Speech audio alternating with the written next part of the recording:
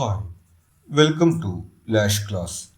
BA Sociology Introduction to Social Researchലെ nature and the scope of social research എന്ന സെക്ഷനാണ് നമ്മൾ നോക്കുന്നത്.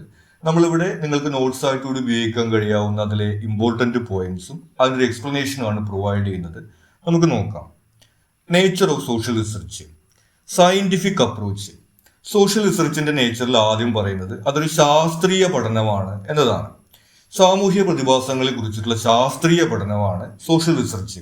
ശാസ്ത്രീയ പഠനം എന്നതുകൊണ്ട് ഉദ്ദേശിക്കുന്നത് അതിന് കൃത്യമായിട്ടൊരു മെത്തഡോളജി ഉണ്ട്. നമുക്കറിയാം, ഒരു റിസർച്ചിന് ഓരോ സ്റ്റെപ്പുകളുണ്ട്, അതുപോലെ തന്നെ അതിന്റെ ഡാറ്റ കളക്ഷന് ഓരോ മെത്തേഡുകളുണ്ട്.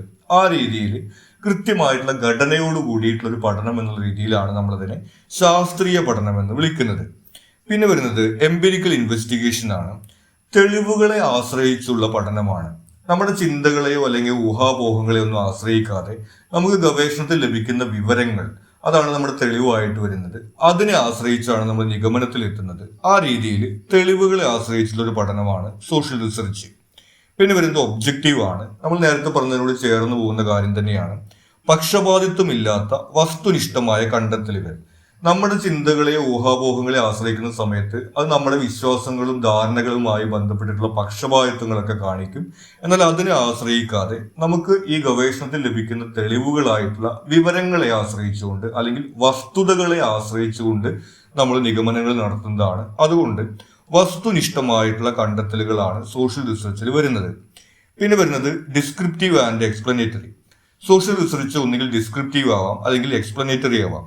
ഡിസ്ക്രിപ്റ്റീവ് എന്ന് പറയുന്നത് സമൂഹത്തിൽ എന്ത് സംഭവിക്കുന്നു എന്നുള്ള കാര്യത്തെക്കുറിച്ച് പറയുന്നതാണ്. എക്സ്പ്ലനേറ്ററി എന്ന് പറയുന്നത് എന്തുകൊണ്ടാണ് സമൂഹത്തിൽ ഈ കാര്യങ്ങൾ സംഭവിക്കുന്നത്. ഇപ്പോൾ ഉദാഹരണം പറയുകയാണെങ്കിൽ, ഇപ്പോൾ ചെറുപ്പക്കാരുടെ ഇടയിൽ ലഹരി ഉപയോഗം വർദ്ധിക്കുന്നു, അല്ലെങ്കിൽ വിദ്യാർത്ഥികളുടെ ഇടയിൽ പഠിക്കുന്നതിന് അല്ലെങ്കിൽ പ്രത്യേക കോഴ്സുകളോട് താല്പര്യമില്ലാതാവുന്നു, അങ്ങനെയുള്ള കാര്യങ്ങളൊക്കെ ഉണ്ടെങ്കിൽ അതിന്റെ കാരണം എന്ത് എന്നുള്ള രീതിയിൽ അത് നിർവചിക്കുന്നതാണ് എക്സ്പ്ലനേറ്ററിയിൽ വരുന്നത്. പിന്നെ വരുന്നത് സോഷ്യൽ റിസർച്ച് എന്നത് ഡൈനാമിക് ആൻഡ് ഇവോൾവിംഗ് ആണ്. അതായത് പുതിയ കണ്ടെത്തലുകൾ ഉണ്ടാവുന്നതിനനുസരിച്ചിട്ട് ഈ പഠന രീതികളിൽ മാറ്റം വരുത്താനും അത് ഉൾക്കൊള്ളാനും സോഷ്യൽ റിസർച്ചിന് സാധിക്കും. പിന്നെ വരുന്നത് ഇന്റർ ഡിസിപ്ലിനറി ആണ്. അതായത് മറ്റ് പഠന മേഖലകൾ, നമുക്കറിയാം, സമൂഹത്തെ കുറിച്ച് പഠിക്കുന്ന സമയത്ത് അതിനകത്ത് സമൂഹത്തിലെ സാമ്പത്തികാവസ്ഥ വരും, രാഷ്ട്രീയ സാഹചര്യങ്ങൾ വരും, ഒരു സോഷ്യൽ സൈക്കോളജി എന്ന രീതിയിൽ സമൂഹത്തിന്റെ മനഃശാസ്ത്രം വരും. അങ്ങനെ എക്കണോമിക്സ്, പൊളിറ്റിക്സ്, സൈക്കോളജി തുടങ്ങിയിട്ടുള്ള മറ്റ് പഠന മേഖലകളുമായിട്ട് ബന്ധപ്പെട്ടുകൊണ്ടാണ് പല റിസർച്ചുകളും വരുന്നത്. പിന്നെ വരുന്നത് പ്രോബ്ലം ഓറിയന്റഡ് ആണ്. സമൂഹത്തിലെ ഏതെങ്കിലും പ്രായോഗിക പ്രശ്നങ്ങളെ കുറിച്ച് പഠിക്കുകയും അതിനൊരു പരിഹാരം നിർദ്ദേശിക്കുകയും എന്നുള്ള രീതിയിലേക്കാണ് പല റിസർച്ചുകളും വരുന്നത്. സമൂഹത്തിലെ പ്രശ്നങ്ങൾ എന്നുകൊണ്ട് ഉദ്ദേശിക്കുന്നത് നമുക്കറിയാം, ദാരിദ്ര്യം എന്ന് പറയുന്നത്, അതുപോലെ തന്നെ തൊഴിലില്ലായ്മ എന്ന് പറയുന്നത്, അതല്ലെങ്കിൽ വിദ്യാഭ്യാസ മേഖലയിലുള്ള അല്ലെങ്കിൽ ആരോഗ്യ മേഖലയിൽ, അങ്ങനെയൊക്കെയുള്ള സമൂഹത്തിലെ പ്രശ്നങ്ങളെ കുറിച്ചിട്ട് ആണ് പല റിസർച്ചുകളിലും പഠിക്കുന്നത്. പിന്നെ വരുന്നത് എത്തിക്കൽ കൺസിഡറേഷൻസ് ആണ്. അതായത് ധാർമ്മികമായിട്ടുള്ള പരിഗണനകൾ സോഷ്യൽ റിസർച്ചിൽ നമ്മൾ പ്രാധാന്യം കൊടുക്കുന്നുണ്ട്. അത് ആളുകളുമായിട്ട് ഇടപെടുന്ന ഒരു പഠന രീതിയാണ്. പല ആളുകളെ ഇന്റർവ്യൂ ചെയ്യും, സർവേ ചെയ്യും, അല്ലെങ്കിൽ ആളുകളെ നിരീക്ഷിക്കും എന്നുള്ള കാര്യങ്ങളൊക്കെ ഉള്ളത് കൊണ്ട് അവരോട് ഈ ഒരു ഗവേഷണത്തെ കുറിച്ച് വ്യക്തമായിട്ട് പറഞ്ഞ് ബോധ്യപ്പെടുത്തേണ്ടതിന്റെയും, അതുപോലെ തന്നെ ആളുകളെ ബുദ്ധിമുട്ടിക്കുന്ന, ഇപ്പൊ നമുക്കറിയാം, ഒരു സാമൂഹിക പ്രശ്നത്തെ കുറിച്ച് പഠിക്കുന്ന സമയത്ത് നമ്മൾ ഈ പ്രശ്നങ്ങൾ അനുഭവിക്കുന്ന ആളുകളുടെ അടുത്ത് സംസാരിക്കേണ്ടി വരും. അത് അവർക്കൊരു ബുദ്ധിമുട്ടാവാത്ത രീതിയിലൊക്കെ ധാർമ്മികമായിട്ടുള്ള പരിഗണനകൾ കൊടുത്തുകൊണ്ടുള്ള ഒരു പഠന രീതിയാണ് സോഷ്യൽ റിസർച്ച് എന്ന് പറയുന്നത്. അടുത്തത് പറയുന്നത് സ്കോപ്പ് ഓഫ് സോഷ്യൽ റിസർച്ച് ആണ്, അല്ലെങ്കിൽ സോഷ്യൽ റിസർച്ചിന്റെ ഉപയോഗങ്ങളെ കുറിച്ചിട്ടാണ് പറയുന്നത്. ഒന്ന്, സോഷ്യൽ സ്ട്രക്ചേഴ്സ് ആൻഡ് ഇൻസ്റ്റിറ്റ്യൂഷൻസ്. സാമൂഹ്യ സ്ഥാപനങ്ങളുടെ പ്രവർത്തനവും ഘടനയും പഠിക്കുന്നു. സാമൂഹിക സ്ഥാപനങ്ങൾ എന്ന് പറയുന്നത്, കുടുംബം എന്ന് പറയുന്നത് ഒരു സാമൂഹിക സ്ഥാപനമാണ്. അതുപോലെ തന്നെ സമൂഹം എന്ന് പറയുന്നത് പൊതുവിൽ നമുക്ക് എടുക്കാൻ വേണ്ടി സാധിക്കും. ഗ്രാമം, നഗരം എന്നുള്ള രീതിയിലൊക്കെ വ്യത്യസ്ത സാഹചര്യങ്ങളിൽ എങ്ങനെയാണ് അവിടെ പ്രവർത്തനം ഉണ്ടാവുന്നത്, അവിടെയുള്ള ആളുകൾ എങ്ങനെയാണ് പെരുമാറുന്നത്, അതിനെന്തൊക്കെയാണ് സ്വാധീനിക്കുന്നത് തുടങ്ങിയിട്ടുള്ള കാര്യങ്ങളെ കുറിച്ചിട്ട് ഇതിനകത്ത് പഠിക്കാൻ സാധിക്കും. പിന്നെ വരുന്നത് കൾച്ചറൽ നോംസ് ആൻഡ് വാല്യൂസ്. അത് സാംസ്കാരിക ഘടകങ്ങളാണ്. ഇപ്പോൾ ആളുകളുടെ വിശ്വാസങ്ങൾ, ധാരണകൾ, നമുക്കറിയാം, നഗരത്തിലെ സംസ്കാരം, ഗ്രാമത്തിലെ സംസ്കാരം എന്നുള്ള രീതിയിലൊക്കെ നമ്മൾ വ്യത്യസ്തമായിട്ട് പറയുന്നുണ്ട്. അതുപോലെ തന്നെ പല രാജ്യങ്ങളിൽ പല സംസ്കാരങ്ങളാണുള്ളത്. ആ രീതിയിൽ അത്തരം കാര്യങ്ങൾ ആളുകളുടെയും അതുപോലെ സമൂഹത്തിന്റെയും പെരുമാറ്റത്തെ എങ്ങനെ സ്വാധീനിക്കുന്നു തുടങ്ങിയിട്ടുള്ള കാര്യങ്ങളൊക്കെ ഇതിൽ പഠന വിധേയമാക്കും.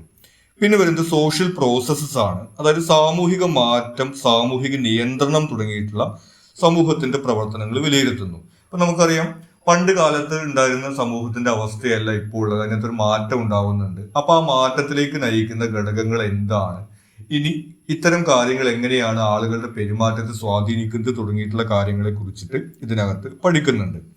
പിന്നെ വരുന്നത് ഇന്ററാക്ഷൻസ് ആൻഡ് റിലേഷൻഷിപ്സ് ആണ്. സാമൂഹിക ബന്ധങ്ങൾ ആളുകളുടെ പെരുമാറ്റത്തെ സ്വാധീനിക്കുന്നത് പരിശോധിക്കുന്നു. സാമൂഹിക ബന്ധങ്ങൾ എന്ന് പറയുന്നത് നമുക്കറിയാം, നമ്മളൊക്കെ അച്ഛൻ, അമ്മ, അല്ലെങ്കിൽ മകൻ, മകൾ, അധ്യാപകൻ, അധ്യാപിക, വിദ്യാർത്ഥികൾ തുടങ്ങിയിട്ടുള്ള പല സാമൂഹിക ബന്ധങ്ങളിലൂടെയാണ് ജീവിക്കുന്നത്. ഇത്തരം കാര്യങ്ങളൊക്കെ ആളുകളുടെയും അതുപോലെ തന്നെ സമൂഹത്തിന്റെയും പെരുമാറ്റത്തെ എങ്ങനെയാണ് സ്വാധീനിക്കുന്നത് തുടങ്ങിയിട്ടുള്ള കാര്യങ്ങളും ഇവിടെ പഠന വിധേയമാക്കുന്നുണ്ട്. പിന്നെ നമുക്ക് ഏറ്റവും പ്രധാനമായിട്ട് വരുന്നത് സോഷ്യൽ ഇഷ്യൂസ് ആൻഡ് പ്രോബ്ലംസ് എന്നുള്ളതാണ്. അതായത് ഒരു സോഷ്യൽ വെൽഫെയറിന് വേണ്ടിയിട്ട് ഈ റിസർച്ച് ഉപയോഗിക്കുന്നുണ്ട്. സമൂഹത്തിലെ പ്രശ്നങ്ങൾ മനസ്സിലാക്കുകയും പരിഹാരം നിർദ്ദേശിക്കുകയും ചെയ്യുന്നു. പ്രശ്നങ്ങൾ നമ്മൾ നേരത്തെ സൂചിപ്പിക്കുകയുണ്ടായി. ദാരിദ്ര്യം ഒരു പ്രശ്നമാണ്. അതുപോലെ തന്നെ സമൂഹത്തിലെ വിദ്യാഭ്യാസ അവസ്ഥ എന്നുള്ളത് എന്താണ്, അല്ലെങ്കിൽ തൊഴിലില്ലായ്മ, അതല്ലെങ്കിൽ ആളുകളുടെ ഇടയിൽ ലഹരി ഉപയോഗമോ അല്ലെങ്കിൽ മറ്റ് പ്രശ്നങ്ങളോ ഉണ്ടോ, അതുപോലെ തന്നെ അസമത്വം തുടങ്ങിയിട്ടുള്ള സമൂഹത്തിലെ പല പ്രശ്നങ്ങളെ കുറിച്ചിട്ട് പഠിക്കുകയും അതിന് പരിഹരിക്കാൻ വേണ്ടി എന്ത് ചെയ്യാൻ കഴിയുമെന്ന നിർദ്ദേശങ്ങൾ കൊടുക്കുകയൊക്കെ സോഷ്യൽ റിസർച്ചിൽ വരുന്നതാണ്. അത് ഇതിന്റെ സ്കോപ്പിൽ ഏറ്റവും പ്രധാനപ്പെട്ടിട്ടുള്ള ഒന്നാണ്. പിന്നെ വരുന്നത് ഡെവലപ്മെന്റ് ആൻഡ് ചേഞ്ച് ആണ്. അതായത് വികസനത്തിനും സാമൂഹിക മാറ്റത്തിനും സഹായിക്കുന്നു. നേരത്തെ പറഞ്ഞതുമായിട്ട് ചേർന്ന് പോകുന്നതാണ്. സമൂഹത്തിലെ പ്രശ്നങ്ങൾ എന്താണ് എന്നുള്ളത് പഠിച്ച് അത് പരിഹരിക്കാൻ വേണ്ടി നിർദ്ദേശങ്ങൾ നൽകുന്നതിലൂടെ ഒരു സാമൂഹിക മാറ്റത്തിനും സമൂഹത്തിന്റെ വികസനത്തിനും സോഷ്യൽ റിസർച്ച് സഹായകരമാവുന്നുണ്ട്. പിന്നെ വരുന്നത് കമ്പാരിറ്റീവ് സ്റ്റഡീസ് ആണ്. അതായത് പല സമൂഹങ്ങളെ കുറിച്ച് താരതമ്യ പഠനം നടത്തുന്നു. നമ്മൾ നേരത്തെ പറയേണ്ടായി നഗരങ്ങൾ, ഗ്രാമങ്ങൾ, അല്ലെങ്കിൽ വ്യത്യസ്ത രാജ്യങ്ങൾ തുടങ്ങിയിട്ടുള്ള രീതിയിൽ പല സമൂഹങ്ങളെ കുറിച്ചിട്ട് അവരുടെ പെരുമാറ്റ രീതികളെ കുറിച്ചിട്ട് താരതമ്യ പഠനങ്ങൾ നടത്താൻ വേണ്ടി സാധിക്കും. പിന്നെ സോഷ്യൽ റിസർച്ചിൽ മറ്റൊരു പ്രധാനമായിട്ട് വരുന്നതാണ് പോളിസി റിസർച്ച്. അതായത് നമ്മൾ നേരത്തെ പറഞ്ഞു സോഷ്യൽ വെൽഫെയറിന് എങ്ങനെയാണ് സോഷ്യൽ റിസർച്ച് സഹായിക്കുന്നത് എന്നുള്ളത്. സമൂഹത്തിലെ പ്രശ്നങ്ങളെ കുറിച്ചിട്ട് പഠിക്കുന്നതിലൂടെയും മറ്റുമൊക്കെ, അല്ലെങ്കിൽ സമൂഹത്തിൽ ഇനി എന്താണ് ചെയ്യേണ്ടത് എന്നുള്ളതിനെ കുറിച്ച് പഠിക്കുന്നതിലൂടെയൊക്കെ പദ്ധതികളും നയങ്ങളും രൂപീകരിക്കുന്നതിന് സഹായിക്കുന്നു. അതായത് ഗവൺമെന്റ് ഇനി എന്തൊക്കെ പദ്ധതികളാണ് അല്ലെങ്കിൽ ഏത് രീതിയിലാണ് നടപ്പിലാക്കേണ്ടത് തുടങ്ങിയിട്ടുള്ള കാര്യങ്ങളെ കുറിച്ചിട്ടൊക്കെ നിർദ്ദേശങ്ങൾ നൽകാൻ വേണ്ടിയിട്ട് സോഷ്യൽ റിസർച്ചിന് സാധിക്കും. ഇത്രയും കാര്യങ്ങളാണ് നമുക്ക് ഈ സോഷ്യൽ റിസർച്ചിന്റെ നേച്ചർ ആൻഡ് സ്കോപ്പിൽ ഇമ്പോർട്ടന്റ് ആയിട്ട് വരുന്നത്. നിങ്ങൾക്ക് മറ്റെന്തെങ്കിലും സംശയങ്ങളോ സജഷൻസോ ഒക്കെ ഉണ്ടെങ്കിൽ നിങ്ങൾ കമന്റ് ചെയ്യുക. കൂടാതെ ചാനൽ നിങ്ങൾ ഒരു സബ്സ്ക്രൈബ് ചെയ്തിട്ടില്ലെങ്കിൽ സബ്സ്ക്രൈബ് ചെയ്യുക. Thank you.